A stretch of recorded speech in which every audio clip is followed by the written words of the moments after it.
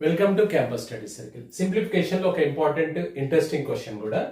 So ఇక్కడ మనకు ఈ క్వశ్చన్ అంటే 95/99 ఇంటూ 99 ఈజ్ ఈక్వల్స్ టు అని అన్నాడు. సో దీన్ని మనం ఇక్కడ ఒకసారి గమనించినట్లయితే 9 and 3/4 ఉంది అనుకోండి. దీన్ని ఇంకో విధంగా ఎలా రాయొచ్చు అంటే 9 తర్వాత నెక్స్ట్ న్యాచురల్ నెంబర్ ఏంటిది 10. 10 కి ఇంకా ఎంత తక్కువ ఉంది ఇక్కడ 10 మైనస్ ఇది 4 మైనస్ 3 అంటే 1/4. అంటే దీన్ని ఎలా అనవచ్చు అంటే 9/30 చదవచ్చు, 9:10 అని కూడా చదవచ్చు. రెండు వాల్యూస్ సేమ్. సో మనకి ఇందులో అర్థమెటిక్ లో విలువ మారకుండా నీ ఇష్టం వచ్చినట్టుగా చేసుకోవచ్చు, వాల్యూస్ మాత్రం మారకూడదు.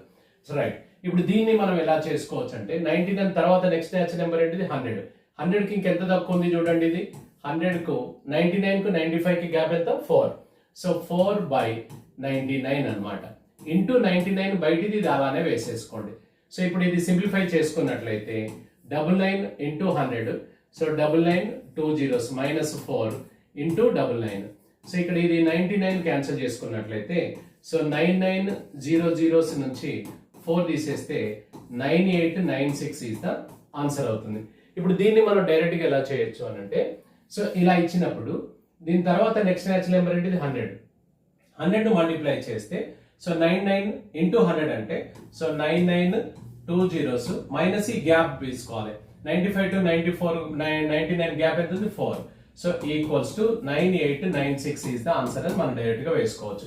సపోజ్ ఇలా ఉంది అనుకోండి, ఇప్పుడు ఇది 999 995/999 ఇంటూ 999 ఈజ్ ఈక్వల్స్ టు అని ఉంది అనుకోండి. దీన్ని డైరెక్ట్ గా ఎలా చేయొచ్చు, 999 నెక్స్ట్ న్యాచురల్ నెంబర్ ఏంటిది 1000. సో ఇప్పుడు ఇది 999 ఇంటూ 1000 అంటే 3 zeros మైనస్ ఈ గ్యాప్ ఎంత ఉంది 4 అన్నమాట. అప్పుడు ఎంత అవుతుంది 998996 ఈజ్ ద ఆన్సర్ అవుతుంది అనమాట. అలా సేమ్ క్వశ్చన్ మీరు ఇది ఒకటి మీరు ట్రై చేయండి.